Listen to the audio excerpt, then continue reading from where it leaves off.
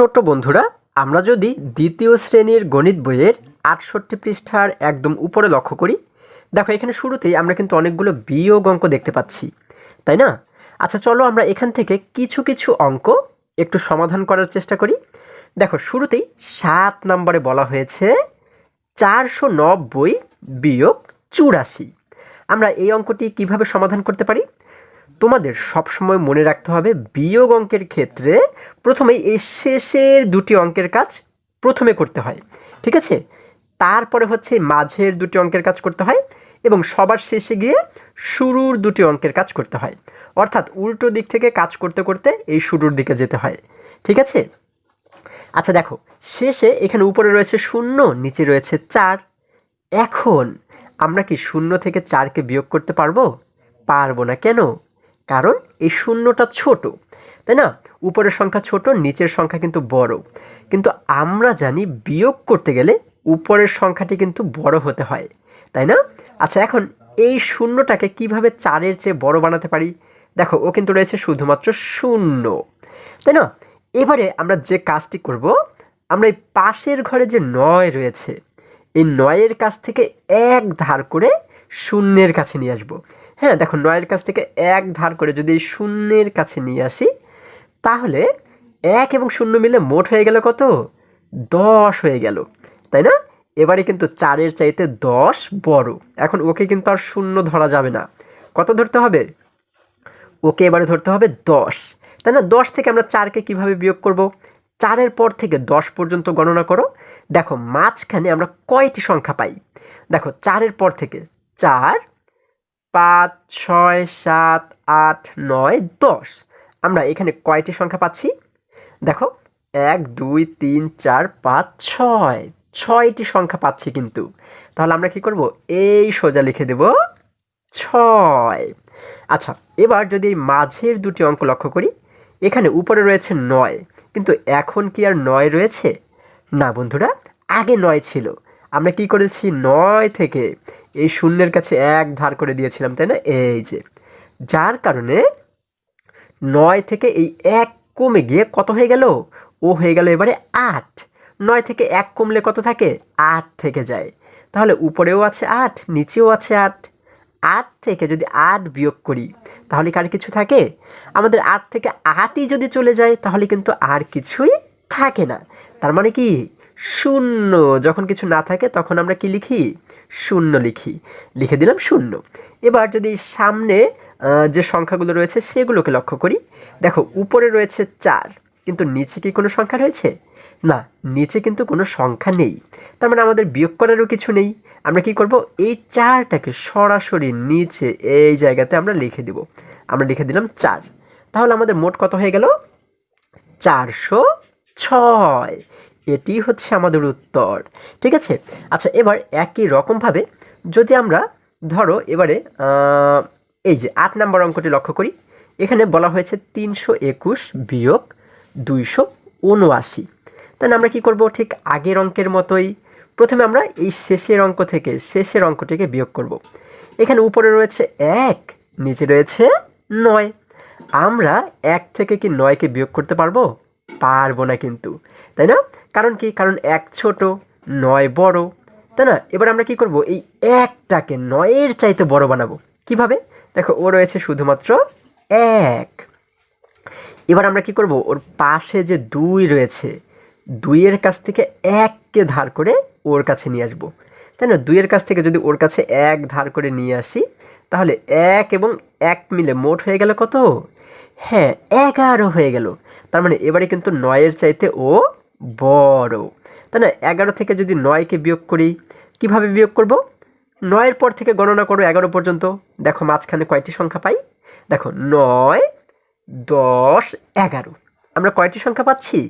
একটি, ২টি। তাহলে আমরা এই সোজা কি লিখব? হ্যাঁ, আমরা এখানে লিখে দেব ২। আচ্ছা, এবার যদি মাঝের দুটি অঙ্ক লক্ষ্য করি, এইখানে দেখতে পাচ্ছি রয়েছে ২, কিন্তু এখন কি আর এখানে ২ রয়েছে? না বন্ধুরা, আগে ২ ছিল। আমরা কি করেছি? ২ থেকে ওর কাছে কিন্তু এই যে ১ ধার করে দিয়েছিলাম, তাই না? যার কারণে ২ থেকে ১ কমে গিয়ে ও এখন কত হয়ে গেল? শুধুমাত্র ১ হয়ে গেল। আচ্ছা, তাহলে উপরে রইল 1, নিচে আছে 7। এখন এই 1 থেকে আমরা কি 7কে বিয়োগ করতে পারবো? পারবো না। কেন? কারণ এই উপরের 1 ছোট। আমরা জানি উপরের সংখ্যা বড় হতে হয়, তাই না? 1 থেকে তো 7কে বিয়োগ করা যাবে না, তাই না? কারণ 7 বড়। এবার আমরা এই 1কে কীভাবে বড় বানাবো? দেখো, এই 1টাকে ধরো আমরা এই যে এখানে লিখলাম আগের মতোই, হ্যাঁ? এই যে এই 1কে ধরো আমরা এই 1টাকে এইখানে লিখে দিলাম। এবার আমরা কি করব? পাশে যে 3 রয়েছে, 3-এর কাছ থেকে 1 ধার করে ওর কাছে নিয়ে আসবো। এই যে 3-এর কাছ থেকে এই 1কে ধার করে ধরো ওর কাছে আমরা নিয়ে আসলাম। তাহলে এবারে এই 1 যখন নিয়ে আসলাম তখন 1 এবং 1 মিলে কত হয়ে গেল? 11 হয়ে গেল, তাই না? 11। এখন কিন্তু এই 11 7-এর চাইতে কিন্তু বড়, তাই না? এবার 11 থেকে 7কে বিয়োগ করো। কিভাবে? 7-এর পর থেকে গণনা করো 11 পর্যন্ত। 7, 8, 9, 10, 11। আমরা এখানে কয়টি সংখ্যা পাচ্ছি? দেখো, 1, 2, 3, 4, 4টি সংখ্যা পাচ্ছি। তাহলে আমরা এই সোজা লিখে দেব 4। ঠিক আছে, আমরা লিখে দিলাম 4। আচ্ছা, এবার যদি সামনের দুটি অঙ্ক লক্ষ্য করি, এখানে দেখতে পাচ্ছি 3, কিন্তু এখন কি আর 3 আছে?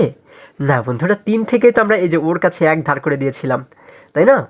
যার কারণে 3 থেকে 1 কমে গিয়ে ও এখন কত হয়ে গেল? 3 থেকে যদি 1 কমে যায় তাহলে আর কত থাকে? 2 থাকে, তাই না? তার মানে উপরে আছে 2 এবং নিচেও আছে 2। এখন 2 থেকেই যদি তুমি 2কেই বিয়োগ করে দাও, আর কি কিছু থাকবে? না বন্ধুরা, আর কিন্তু কিছুই থাকবে না, তার মানে 0। কিন্তু আমরা কি জানি? আমরা জানি যে কোনো সংখ্যার শুরুতে যদি 0 লিখি তাহলে এই শূন্যের কিন্তু কোনো দাম থাকে না। হ্যাঁ, এই জন্য শুরুতে কখনোই 0 লিখতে হয় না। আমরা এখানে কিন্তু কোনো 0 লিখবো না, ঠিক আছে? আমাদের উত্তর কত? 42। ঠিক আছে? আচ্ছা, এবার একই রকমভাবে যদি ধরো, যেহেতু প্রত্যেকটি অঙ্ক একই রকম, আমি সবগুলো সমাধান করে দেখাচ্ছি না, হ্যাঁ? 11 নম্বর অঙ্কটি লক্ষ্য করো। এখানে বলা হয়েছে 341 বিয়োগ 126। আচ্ছা, বিয়োগ করো। এই যে প্রথমে কি করব? শেষের অঙ্ক থেকে শেষের অঙ্ককে বিয়োগ করব। এখানে শেষে রয়েছে 1, নিচে রয়েছে 6। এখন আমরা কি 1 থেকে 6কে বিয়োগ করতে পারবো? পারবো না। কেন? কারণ 1 ছোট। আমরা জানি উপরের সংখ্যা বড় হতে হয় বিয়োগ করতে গেলে, তাই না? তাহলে এই 1টাকে আমরা ধরে যে এখানে লিখলাম 1। এখন এই 1টাকে আমরা বড় বানাবো কিভাবে? এই যে পাশের ঘরে যে 4 রয়েছে, 4-এর কাছ থেকে 1 ধার করে ওর কাছে নিয়ে আসবো। তাই না? যে 4-এর কাছ থেকে 1 ধার করে যদি ওর কাছে নিয়ে আসি তাহলে 1 এবং 1 মিলে কত হয়ে গেল? 11 হয়ে গেল, তাই না? এবারে কিন্তু এই 11 থেকে 6কে বিয়োগ করা যাবে, তাই না? কিভাবে বিয়োগ করব? দেখো, 6-এর পর থেকে 11 পর্যন্ত গণনা করো। এখানে কিন্তু 11 ধরবো আমরা এখন, তাই না? 6-এর পর থেকে 11 পর্যন্ত গণনা করো। 6, দেখো, 7, 8, 9, 10, 11। তাহলে আমরা এখানে কয়টি সংখ্যা পাচ্ছি? 1, 2, 3, 4, 5, 5টি সংখ্যা পাচ্ছি। আমরা কি করব? এই সোজা লিখে দেব 5। আচ্ছা, এবার মাঝের দুটি সংখ্যা লক্ষ্য করো। এইখানে দেখতে পাচ্ছি রয়েছে 4, কিন্তু এখন কি আর 4 আছে? না বন্ধুরা, 4-এর কাছ থেকে তো এই যে ওর কাছে আমরা 1 ধার করে দিয়েছিলাম এইখানে, তাই না? এই জন্য 4-এর কাছ থেকে যদি 1 চলে যায় তাহলে কত থাকে? আর থাকে এখানে 3। তার মানে এখানে কিন্তু এবারে 3 ধরতে হবে। এখন উপরে রয়েছে 3, নিচে রয়েছে 2। 3 থেকে যদি আমরা 2কে বিয়োগ করে দেই তাহলে আর কত থাকে? 2-এর পর থেকে 3 পর্যন্ত গণনা করো। 2, 3। আবার দেখো, 2, 3। 3 পর্যন্ত গণনা করে আমরা কয়টি সংখ্যা পাচ্ছি? শুধুমাত্র একটি সংখ্যা পাচ্ছি। তাহলে আমরা এখানে লিখে দেব 1। এবার একদম শুরুর দুটি অঙ্ক লক্ষ্য করো। এখানে উপরে রয়েছে 3, নিচে রয়েছে 1। এখন 3 থেকে আমরা 1 কিভাবে বিয়োগ করব? 1-এর পর থেকে 3 পর্যন্ত গণনা করো। দেখো, আমরা মাঝখানে কয়টি সংখ্যা পাই? দেখো, 1, 2, 3। আমরা কয়টি সংখ্যা পাচ্ছি? আবার দেখো, 1, 2, 3। 3 পর্যন্ত গণনা করে কয়টি সংখ্যা পাচ্ছি? 1টি, 2টি। 2টি সংখ্যা পাচ্ছি। আমরা এখানে লিখে দেব কত? 2। তাহলে আমাদের উত্তর হয়ে গেল 215, তাই না? তাহলে এইভাবে করে বাকি অঙ্কগুলো কিন্তু তোমরা সমাধান করবে, হ্যাঁ? এটা হচ্ছে তোমাদের কাজ। আচ্ছা, আরেকটি বিষয় দেখো, আমি এইখানে যে দাগগুলো দিয়েছি, তোমরা কিন্তু এই দাগের পরিবর্তে আমাদের আঙুলে যে কর রয়েছে, হ্যাঁ, সেই করগুলোও কিন্তু ব্যবহার করতে পারো, ঠিক আছে? আচ্ছা, এবার যদি আরেকটু নিচে আমরা লক্ষ্য করি, দেখো এখানে আমরা দেখতে পাচ্ছি কিছু প্রশ্নের, এখানে কিন্তু আমরা দেখতে পাচ্ছি কিছু কথার অঙ্ক রয়েছে, তাই না? আচ্ছা, তাহলে 2 নম্বর অঙ্কটি যদি লক্ষ্য করি, এখানে বলা হয়েছে শ্যামল 385 টাকা নিয়ে বাজারে গেল। সে 253 টাকা খরচ করলো। তার কাছে কত টাকা থাকলো। আচ্ছা, আমরা যদি প্রশ্নটিকে আবারও বোঝার চেষ্টা করি, কি বলা হয়েছে?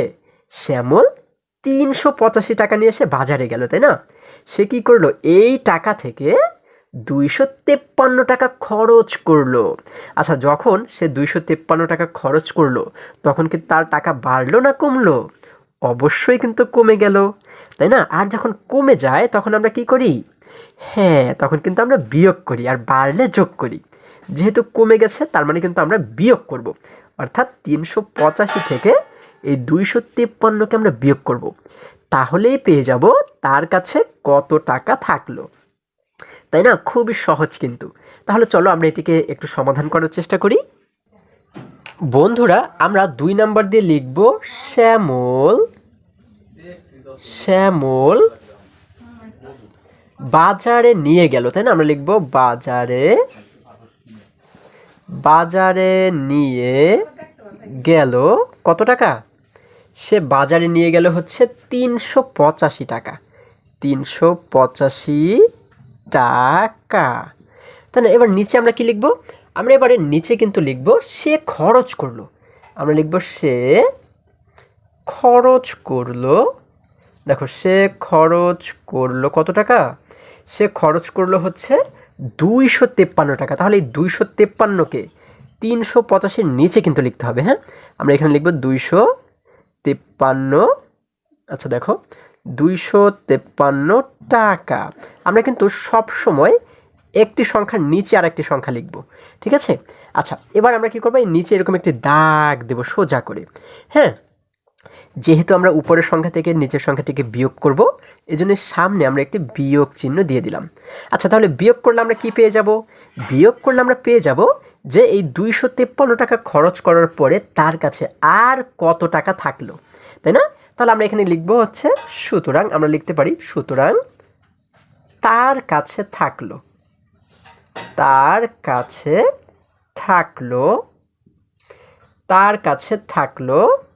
কত টাকা? আমরা বিয়োগ করলে কিন্তু পেয়ে যাব যে কত টাকা থাকলো। এবারে যদি বিয়োগ করি, দেখো আমরা কি জানি বিয়োগ কিভাবে করতে হয়? প্রথমে শেষের সংখ্যা থেকে শেষের সংখ্যাটিকে বিয়োগ করতে হয়, তাই না? এখানে শেষে রয়েছে 5, নিচে রয়েছে 3। 5 থেকে আমরা 3কে কিভাবে বিয়োগ করতে পারি? 3-এর পর থেকে 5 পর্যন্ত গণনা করো। দেখো মাঝখানে কয়টি সংখ্যা রয়েছে? দেখো 3, 4, 5। আমরা কয়টি সংখ্যা পাচ্ছি? একটি, দুইটি সংখ্যা পাচ্ছি। তাহলে কি করব? এই সোজা লিখে দেব 2, আমরা লিখে দিলাম 2। এবার যদি মাঝের দুটি অঙ্ক লক্ষ্য করি, উপরে রয়েছে 8, নিচে রয়েছে 5। 8 থেকে 5কে কিভাবে বিয়োগ করব? 5-এর পর থেকে 8 পর্যন্ত গণনা করো। দেখো কয়টি সংখ্যা পাই? 5, 6, 7, 8। আমরা এখানে কয়টি সংখ্যা পাচ্ছি? একটি, দুইটি, তিনটি। তাহলে আমরা কি করব? 3টি সংখ্যার জন্য আমরা এই সোজা লিখে দেব 3, আমরা লিখে দিলাম 3। এবার যদি সামনের দুটি অঙ্ক লক্ষ্য করি, এখানে বলা হয়েছে 3, নিচে বলা হয়েছে 2। এবার 3 থেকে 2কে কিভাবে বিয়োগ করব? একই রকমভাবে 2-এর পর থেকে 3 পর্যন্ত গণনা করো। দেখো 2, 3। আবার দেখো 2, 3। আমরা এখানে কয়টি সংখ্যা পাচ্ছি? শুধুমাত্র একটি সংখ্যা পাচ্ছি। এই একটি সংখ্যার জন্য আমরা সামনে লিখব 1। তাহলে আমরা এখানে মোট কত পাচ্ছি? 132 টাকা, তাই না? শেষে টাকা রয়েছে, আমরা লিখে দেব টাকা, ঠিক আছে? তাহলে এটিই কিন্তু উত্তর। তার কাছে থাকলো কত টাকা? 132 টাকা। আমরা উত্তর দিয়ে লিখব 132 টাকা। আশা করি সকলেই তোমরা এই অঙ্কটি বুঝতে পেরেছো। এবার যদি আমরা আবারও বইয়ের কাছে ফিরে যাই, দেখো বন্ধুরা, আমরা যদি এবার আরেকটু নিচে অর্থাৎ 3 নম্বর প্রশ্নটি লক্ষ্য করি, দেখো এখানে বলা হয়েছে ক্রিকেট খেলায় বাংলাদেশ দল 358 রান করেছে এবং শ্রীলঙ্কা দল 312 রান করেছে। কোন দল বেশি রান করেছে এবং কত রান বেশি করেছে? আচ্ছা দেখো, আমরা যদি আবারও প্রশ্নটিকে বোঝার চেষ্টা করি, বলা হয়েছে ক্রিকেট খেলায় বাংলাদেশ দল 358 রান করেছে এবং শ্রীলঙ্কা দল 312 রান করেছে। তাহলে এবারে এই দুটি রান দেখে বলো তো দেখি কোন দল বেশি রান করেছে? আমরা কি জানি 312-র চেয়ে 358 কিন্তু বড়, তাই না? তার মানে বাংলাদেশ দল কিন্তু বেশি রান করেছে। এবার বাংলাদেশ দল কত রান বেশি করেছে। হ্যাঁ, এটি আমাদের বের করতে বলা হয়েছে যে কোন দল বেশি রান করেছে এবং কত রান বেশি করেছে।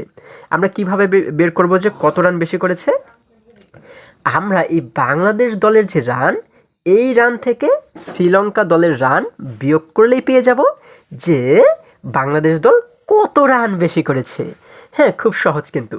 তাহলে চলো আমরা এটিকেও একটু সমাধান করার চেষ্টা করি। বন্ধুরা, আমরা 3 নাম্বার দিয়ে লিখব বাংলাদেশ দল করেছে কত রান? বাংলাদেশ দল করেছে 358 রান। 358 রান, ঠিক আছে। এবং নিচে লিখব কি? নিচে লিখব শ্রীলঙ্কা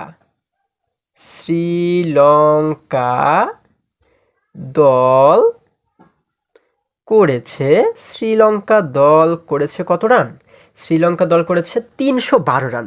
তাহলে 312কে কিন্তু এই সংখ্যার নিচে লিখতে হবে। হ্যাঁ, আমরা লিখব 312 রান। আচ্ছা, তোমাদের কিন্তু আবারও আমি এটি আরও ভালোভাবে বলি। তোমরা যদি যে কোনো অঙ্কের ক্ষেত্রে একটি সংখ্যার নিচে যদি আরেকটি সংখ্যা না লেখো, হ্যাঁ, এই দেখো আমি কিন্তু 8-এর নিচে 2 লিখেছি, 5-এর নিচে 1, 3-এর নিচে 3, এইভাবে নিচে যদি না লেখো তাহলে কিন্তু তোমাদের যোগ এবং বিয়োগ করতে অসুবিধা হবে। হ্যাঁ, এই জন্য আমাদের সবসময় এইভাবে সংখ্যার নিচে সংখ্যা লিখতে হবে। আচ্ছা, এবার আমরা কি করব? এইভাবে একটি সোজা করে দাগ দেব। এখন বাংলাদেশ দল কত রান বেশি করেছে এটি বের করার জন্য কি করব? উপরের সংখ্যা থেকে নিচের সংখ্যাকে বিয়োগ করব। এই জন্য আমরা এই সামনে একটি বিয়োগ চিহ্ন দিয়ে দিলাম। আচ্ছা, বিয়োগ করলে পেয়ে যাব বাংলাদেশ দল কত রান বেশি করেছে। তাহলে আমরা এখানে লিখব সুতরাং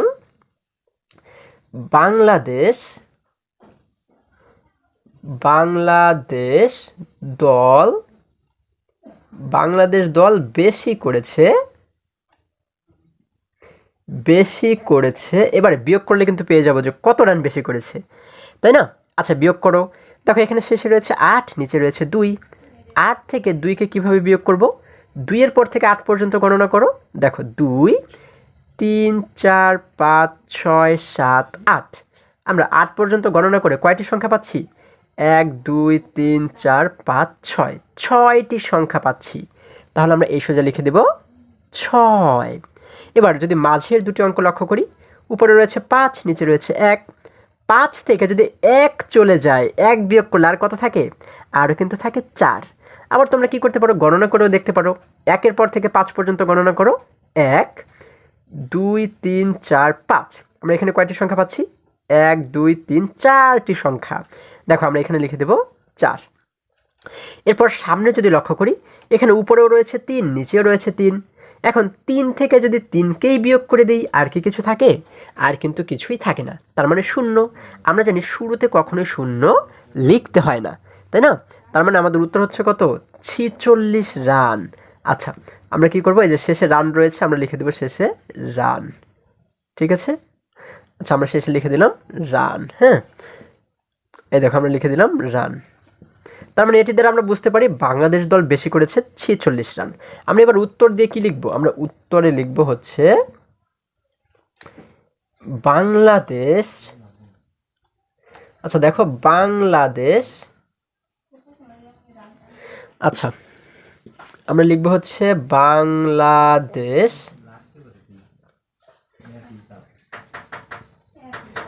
দল 46 রান বেশি করেছে, তাই না? 46 রান বেশি করেছে। আচ্ছা, এটিই কিন্তু আমাদের উত্তর, ঠিক আছে? তাহলে আশা করি আজকের প্রত্যেকটি অঙ্ক তোমরা খুব সহজে এবং খুবই সুন্দরভাবে বুঝতে পেরেছো। বন্ধুরা, আজকে আমাদের এই পর্যন্তই। আবারও দেখা হবে পরবর্তী ভিডিওতে। আর হ্যাঁ, তোমরা যদি আমার চ্যানেলে নতুন হয়ে থাকো তাহলে এখনই চ্যানেলটি সাবস্ক্রাইব করে পাশে থাকো, যেন আমার যে কোনো ভিডিও আপলোড করার সাথে সাথে খুব সহজেই তোমরা সেটি পেতে পারো। সকলে ভালো থাকো, সুস্থ সবল থাকো, এই কামনা করে শেষ করছি। ধন্যবাদ সকলকে।